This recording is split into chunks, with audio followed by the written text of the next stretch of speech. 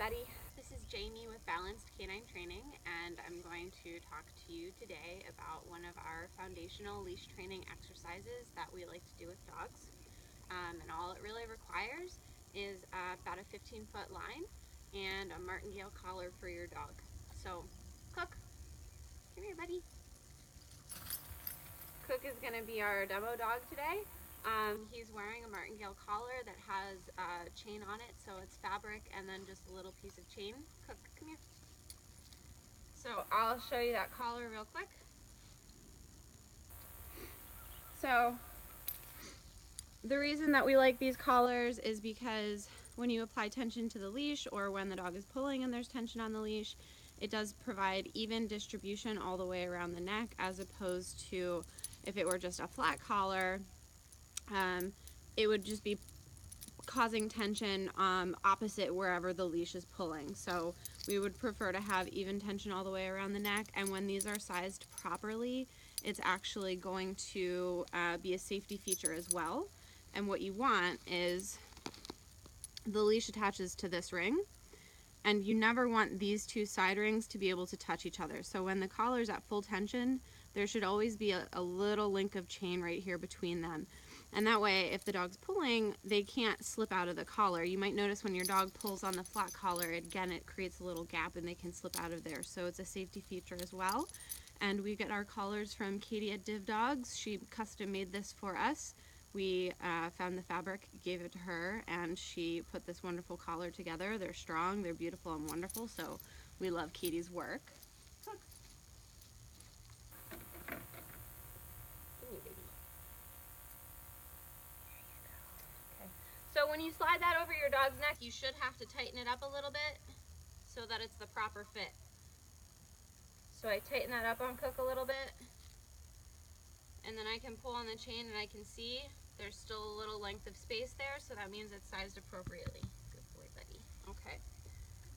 So you have your 15-foot long line, you have your collar. We like to use, this is a 3/8 inch wide by 15-foot long biothane leash. We like biothane because when we're working outside with a long line, the lines get dirty. These are easy to clean, so that's why we like these lines. They wipe off nice and easy, and it's a good, strong material. So I'll provide links to where we get our collars and our leashes from with the video, so if you want to know what products we're using, you can go check out the websites and whatnot. Okay, so the point of this leash training game that I'm going to show you is it's really great for any dog that has leash issues, any sort of reactivity, any sort of pulling on the leash. It's also really great to teach dogs about what a leash is and what a collar is, so that they, you know, can get off to a good start with a healthy relationship with those tools that most dog owners need to use with their dogs. We need to be able to leash our dogs, we need to be able to walk them, to take them places. And one of the most typical things that we see is a lot of leash reactivity, where, you know, when dogs are on the leash, they may have certain triggers that cause them to have aggressive type behavior, lunging, barking, charging up on the hind legs, you know, all sorts of shenanigans that just make the walk no fun.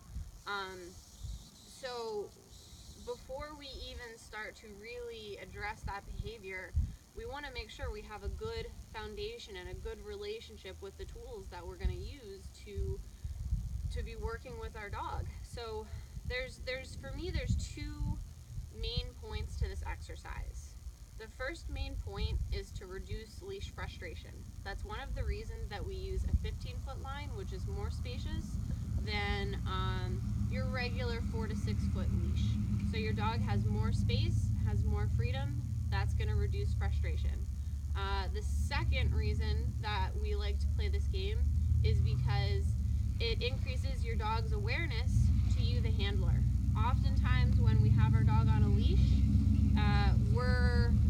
there's constant tension on the leash. They're pulling. We want to remove that. We want our dogs to walk with us. We want them to be aware that they're walking with us, and we want them to check in with us and pay attention to us and look to to us for guidance. So this game is also really, really effective in creating that sort of dynamic with your dog. So with no further ado, I'm going to go ahead and head out to the field with Cook and demonstrate how this game works.